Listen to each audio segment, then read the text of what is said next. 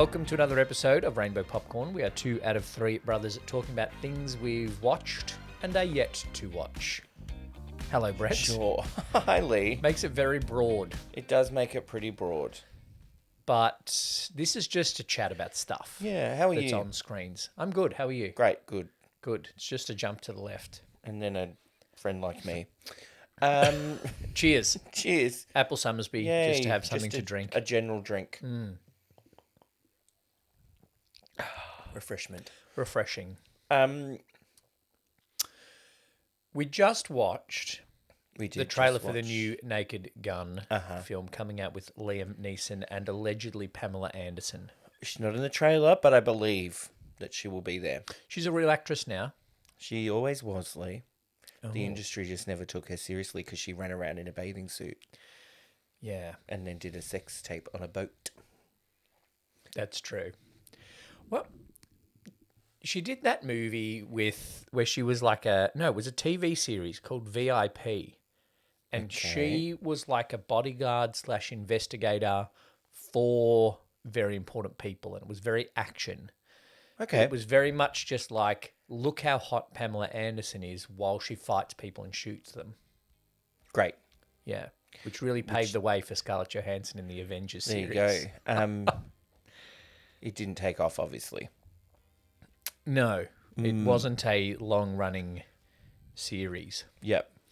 But I think it'll be funny. The new Naked Gun will be good. It'll be different, more actiony, less ridiculous, but still funny.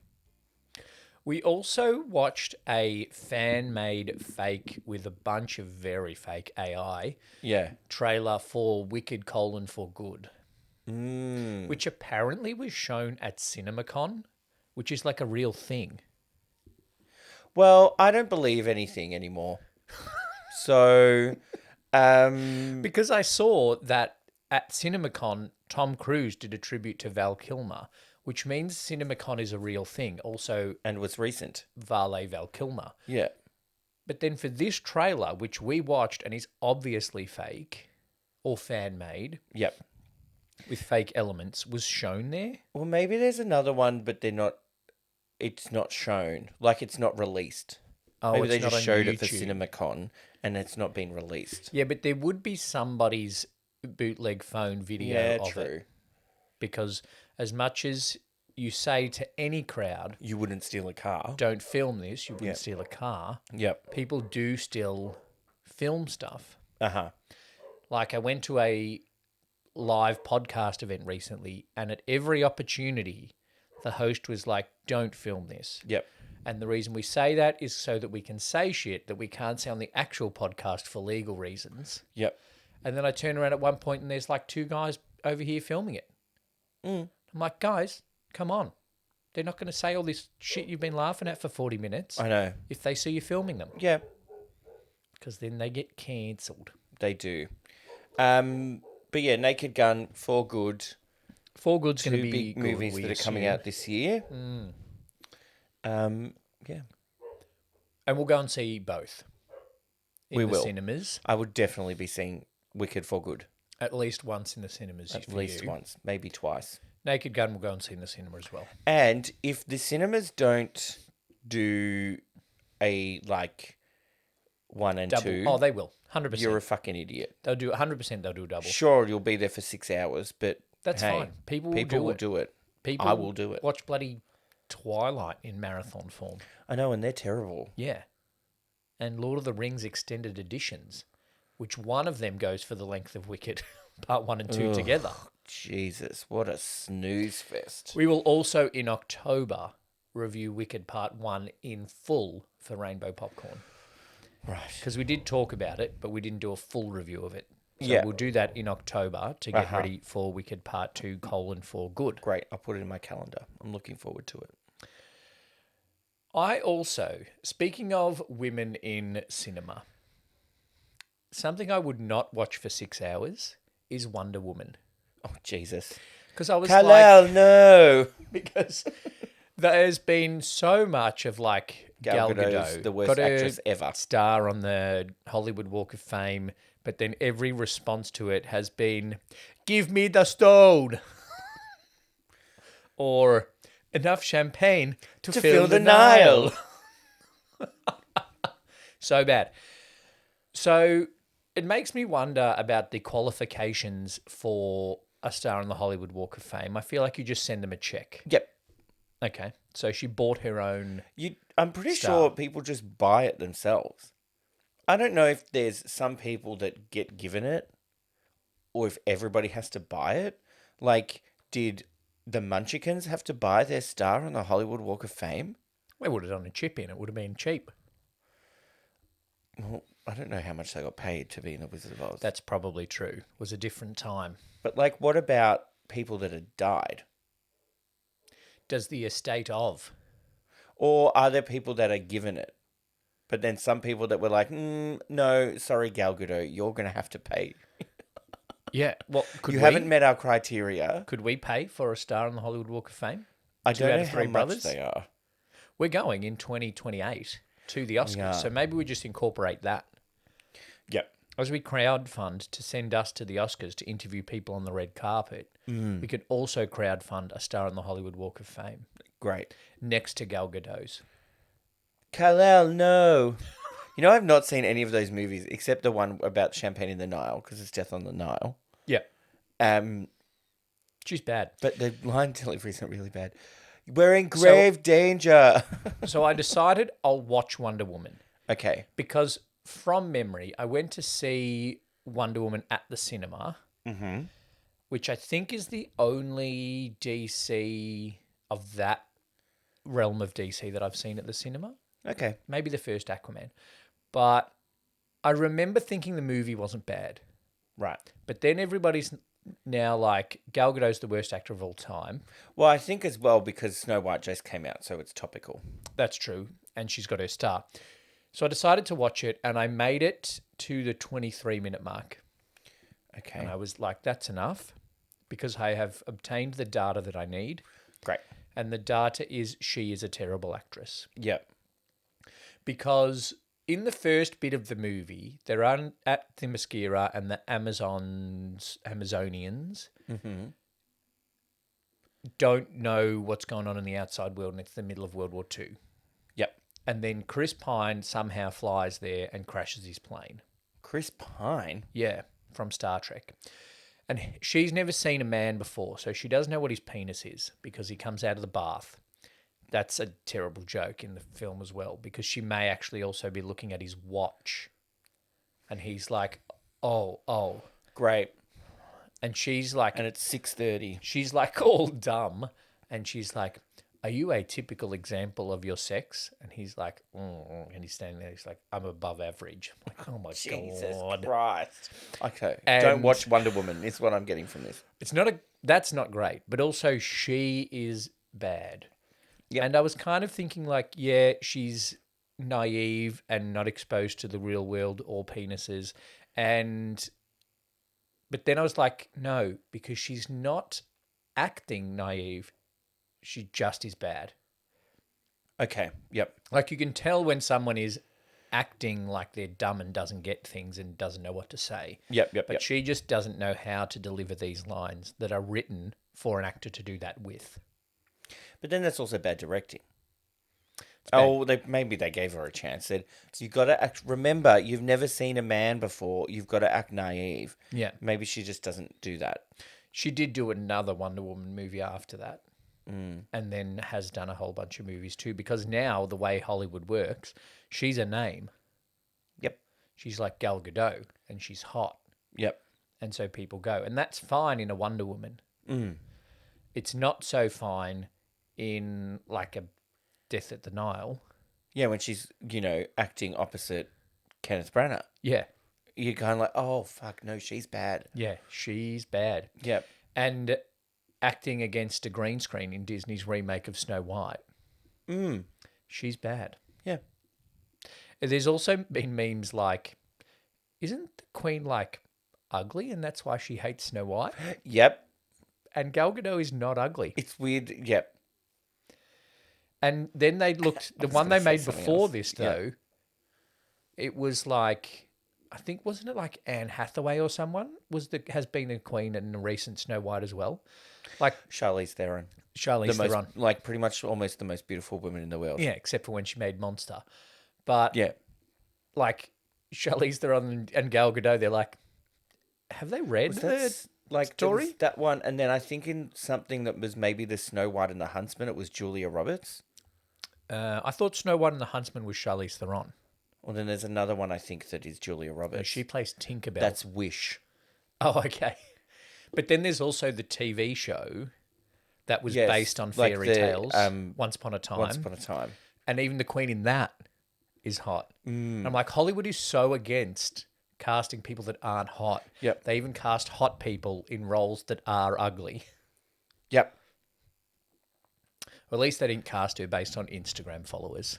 True. So I watched 20 minutes of Wonder Woman and that was enough. Okay, good. I won't watch it, and I was never going to. I'll watch Snow White probably when it comes to streaming. Maybe, yeah, I'm not going to pay for it. It's a bomb. It's flopped. But didn't it also open I read somewhere it opened at number 1. I'm like, Yeah, which is against it? what, though? I don't know. Because I haven't been to the cinema. But also, Against you Mickey didn't release 17 it. and Novocaine No Pain. Well, you didn't release it during school holidays, Yeah, that's which you true. should have. Anyway, Minecraft is beating it at the box office now. apparently that's terrible. Oh, I saw someone that liked it, but I don't like Jack Black. My friend watched it, and he said it was so annoying because everybody was really noisy. And I said, oh, it's a bunch of kids. He goes, no, it was a bunch of like 17, 18-year-old boys. Oh. And they would just be like talking, and then something would happen, and they would like clap and cheer because it's like, reference to the game. I'm like, that's what the whole fucking movie is. Apparently, it's got no plot, and it's just reference, Jason Momoa. Neither did the Super Mario Bros. Movie. The recent one. Not the 90s one. Oh, yeah. That we watched at Pride of Our Footscray. The recent one with Chris Pratt, because he's in everything. Chris Pratt, yep. Is your friend a Minecraft player, though? Well, that's what I said to him. I'm like, have you watched it? Do you get the reference? Or you played it? He's like, yeah. But I'm like, oh, but it's not that exciting that you would cheer for a square dog. I think you got to be into it. Yeah. And there's a sheep. That's why I'm not going to watch it. Yeah, me neither. It's like when they make that Sims movie, I might stand up and cheer. But only if they lock someone in a room with Yeah, I no was going to doors. say. Only if someone tries to make burgers and they don't have the skills for it and they burn themselves alive. Wazza. That was more Jar Jar Binks. Anyway. Was it Jake Lloyd from Phantom Menace? Slimoo. Okay. What else have we watched? I'm working my way through the White Lotus, and I say working my way through because it's becoming a slog. Is that because by the time we release this episode, it would have finished? Yes, but also It's slow. This it's episode is slow. And because of the internet, I know there's incest. Well, you knew that in the first episode. Yeah. Well, you assumed knew that that it in would the happen first in the episode. first episode. And then if you've watched more than one season of White Lotus, you know it's going to happen. Yep. But I think the internet is becoming less caring about spoilers. Oh, 100%. It's like, okay, I'm in a like fan group on Facebook for a certain competition reality show with drag queens. Drag Race. And people, it's like they air the episode, and as soon as the People episode like happens, live tweeting it. people post, and they're like, "Oh my god, I can't believe blank went home," and I'm like, "Fuck you!" It literally just came out, and I'm in a different country, and it doesn't come out at the exact same time as you. Yeah, but also there's so much content that we can watch that I think people need to realize that people are behind. Yeah, but I'm behind in White Lotus. I'm behind in The Residents as well. Oh yes. I haven't watched enough mid-century modern yet Mm. because there's so much shit to watch. Because I have to watch Call Me by Your Name and the Brady Bunch movie for our podcast, and Holland because we talked about that last week, and then we're going to do a bit more of a review of it.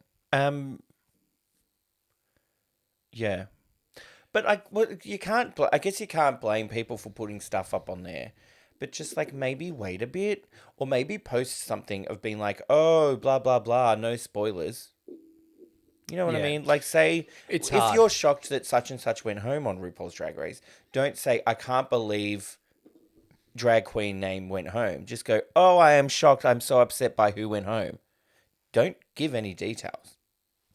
And then you can leave stuff in the comments. Yeah.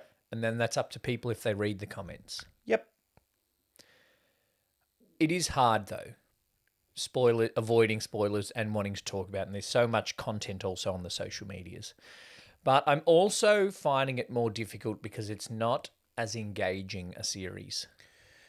No, it's not. I'm not finding the mystery of who's going to be murdered as central to the plot as will the brothers hook up. No, and I think that's true. Because at the start, you're like, bang, bang, there's lots of guns. Okay. But in the first season, it's like you see them wheel out a dead body or whatever. Yes. And then in the second season, you see a dead body. So then you're like, oh, somebody definitely died. And they say, oh, it was one of the guests in the second one. So you're like, oh, who could it be? And then you meet all the guests. And in the first one, the characters, I think it was a little bit more intense, each of the characters. Like we just have a bit of like these people saying they hate those people. But I don't hate those people. I feel like like people hating on Sydney Sweeney's character because she's a bitch in the season 1, I'm like, I get that. And I'm engaged with that as a viewer because I hate her. Do you know what I mean? Yeah. And he is being an asshole guest. And then his mum's suddenly there and you feel sorry for the new wife. Yep. You feel that. I'm not feeling those things as a viewer. I think there's more characters now. I'm understanding Like the in the social first commentary season- of those characters, though. Yeah. In the first season, it was newlyweds, Yep. Jennifer Coolidge, Yep. family, And the masseuse. the masseuse, and the Armand. manager, right? Yep. That's it. Then in this one, it's family of 5. Who each have their own story. Yeah, family of 5, 3 women, Yeah. masseuse, security guard, K-pop star, Valentin the Russian, then the old Thai old lady, guy- then the old old guy Thai with lady. sex education girl, Yep. then the hot one and Gary Yep. Gregg, and then the other woman that works there, and then Sam Rockwell shows up, Oh, I haven't got to Sam Rockwell and you're yet. just like, okay, there's a lot of people. And I And I understand don't think it goes deep enough into their story that it you is care the about them. social commentary thing of like family man / embezzler. Yeah. Privilege. Three women friends. They love each other, but they all hate each other. Yep. That's enough for me, I reckon. Take the rest out. I don't know if we needed. Greg is the guy that killed Jennifer Coolidge. That was fine. Mm-hmm. And her coming back, Natasha Rothwell, is fine. Because she's very good. Yeah. But then I don't know if we needed Walton Goggins and British Girl. And then she befriends someone. Yeah. Like, why did we need her? That's just another storyline. Well, I think it's like Greg, we now know, has already killed someone. So the kill could be her. So then masseuse and Greg, that could be a thing. Yeah. It could be the masseuse that's dead. Yeah. Because the opening scene of Zion is like, my mum works here. There's guns happening. I'm worried. But that to me But means then there's it's not going also- to be her. Walton Goggins wants to get revenge. Yeah. So he could be killing someone. What it is at this point of... The security guard has a gun. Maybe something happens there.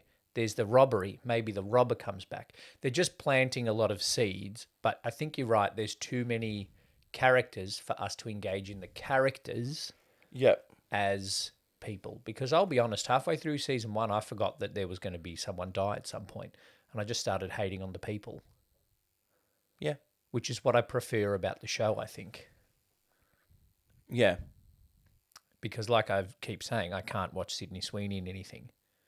One of those things recently was Madam Web, and there's a couple of reasons I couldn't watch Madam Web, Right, not 'cause it's just Sydney terrible. Sweeney. Right.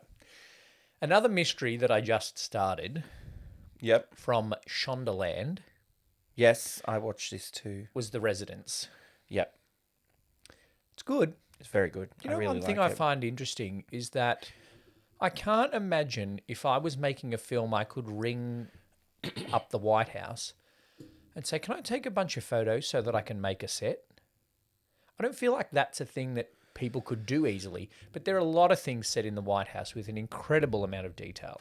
Well, that's what I was thinking as well. Like, do they know this just because they know this, or does somebody get to come and go and look through it? Because there's one really cool shot, I think it's in the first episode, where they like do it like a diorama. Yeah, That's all I could think of it There's a like. couple of that's what it is. A diorama. Yeah, Yeah, and they show like all the different levels and the different rooms and stuff. I'm Yeah. like, oh the fuck, that's really cool.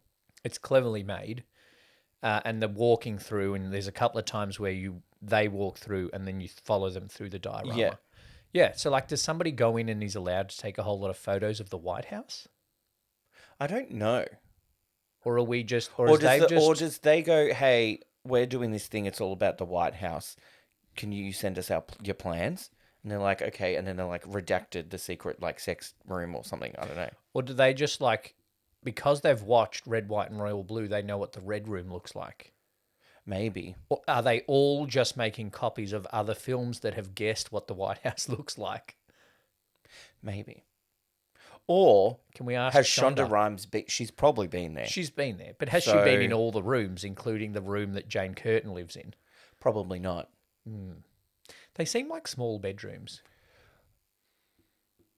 Yeah, that Jane Curtin lives in. I Um guess she's just the grandma. yeah, she's just not even the president's mum. She's the She's first the gentleman's president's mum. mother-in-law. Yeah. And she doesn't even like the president. Gay president. Interesting. And it's very unlike Shonda Rhimes to actually write a gay person into her really? story. So not until like the 5th season when she's like, ugh, I better make this one a bisexual. She's done some great things, though, Shonda Rhimes. She's been very good, and she's a very good producer. There's a bit of a saying in authorland that you write some books that just kind of, those books you kind of regularly sell a few of them enough to kind of keep your money coming in. But then you also like do other things that are cool and good.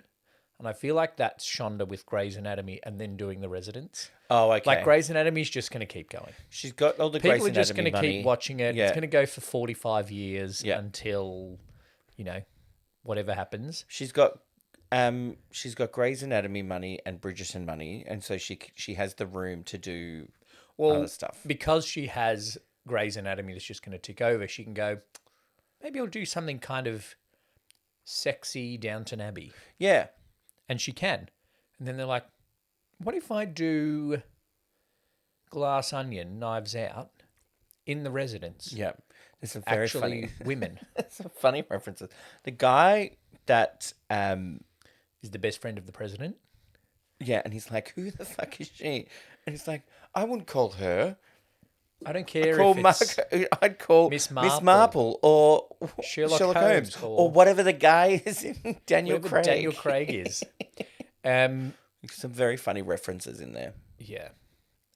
It's good. It's very well made. I'm one Yeah. and a half episodes through it because I fell asleep watching It's it. got Kylie in it all the time. It's very funny. There's a lot of like Australian references and Kylie Minogue references. Yep. And the Australians are played by Australians from what I can see. Yes, and Kylie's played by Kylie. Yeah, but Hugh Jackman's not played by Hugh Jackman, I don't think. I haven't seen Hugh Jackman yet. I don't think you see him. No. But Kylie is they're just playing Kylie songs in the background. They're Yeah, not she's- even yeah. trying to make it sound like she's doing anything at the concert. Yeah. But no, it's good. Well done, Shonda. I will finish it. I also fell asleep 20 minutes into rewatching Moonlighting Oh God. with Sybil Shepherd and Bruce Willis because it's just come to binge. And I was like, I used to like this show. Let's watch it. And then I put on the first 20, 15 minutes of it. And Jerry Seinfeld's mum from Seinfeld plays Sybil Shepherd's assistant, which is Oh, interesting. okay. Yeah. We haven't actually met Bruce Willis yet, but the pilot is an hour and a half long. Jesus Christ. I'm like, what is this? They're not all an hour-long episode, are they? I don't know. I have a memory of them being like almost sitcom length episodes, but they Yeah. must be 44 minutes. And then the pilot's a Right. double episode. Okay, that makes sense. But so I'm going to rewatch Moonlighting, I think. Yep. Or maybe not, because I have to finish White Lotus and The Residents. And then, like I said, we got Brady Bunch and Call Me By Your Name coming up. So we got a lot to watch. And weren't you saying that thing that you weren't going to watch old stuff anymore? You were going to watch new stuff? Yeah, that's true. Unless it was really good. But I remember that I liked Moonlighting. Okay. Yep. So maybe I'm just going to go back and watch a couple of episodes of Moonlighting to see if my tastes have matured, or whether it was a good show, or whether it was just like it was on, like MASH. Yeah, Like, okay. but MASH is just MASH on was it. a good show. Yeah, but also MASH was just on at 4:30 in the afternoon. Yeah. So when you got home from school, you just watched it. You didn't want to watch MASH. Yeah. But this was kids listening. This was in the days when you had 5 channels. So it was either And it was MASH on Channel 10. or the early news. It was on Channel 10 before early news of 5 p.m. And then 6 p.m. was the news, but then 6 p.m. on Channel 10 was The Simpsons, followed by Neighbours. Yep, and then 7 o'clock was Seinfeld on 10, Home and Away on 7. Yep, and then 7:30 was probably like Mad About You or something. Yeah, probably, with And- Lisa Kudrow. Yes. That's what we've watched. Yeah. Anything else that you've watched that you want to mention? Um. You've been rewatching some Eurovision shit. Only the things that come on TikToks where people rank, these are my top winners. And they go, these are the 10 best Eurovision songs ever. And That's a lot of songs. they're all from, or winners maybe. No songs. Anyway, I can't That's still remember. a lot of songs. And they were all from the last 20 years. Oh, so Waterloo didn't get a look Except for Waterloo. Everybody's just like, it's all these. What about but Barbie you Girl? have to put Barbie Girl wasn't at Eurovision. You have to put ABBA at number 1. If you make any list about Eurovision, you have to put ABBA at number 1. Did Sandy Shaw get a look in? No, she did not. Oh, Puppet on a String's a great song. I think other than ABBA, the oldest song was 2009. And that was a very good song. We'll talk a little bit more Eurovision in our next general episode as it gets getting much exciting. closer. Do the milkshake, do the shake. Exactly that song. Thanks for listening to another episode of Rainbow Popcorn. We'll be back next week. Hang on, let me check my diary. Handwritten schedule, everybody. Yep. We'll be back next week with the Brady Bunch movie. The Brady Bunch movie, yes. So tune in for that. Yes, but follow us on the socials, rate, rank, get in touch on the socials if you hate us and tell us why. Yep, sure. Or if you love us and tell us why. I'm going to tell Lee why I hate him right after we turn this off. Thanks, Brett. Thanks, Lee.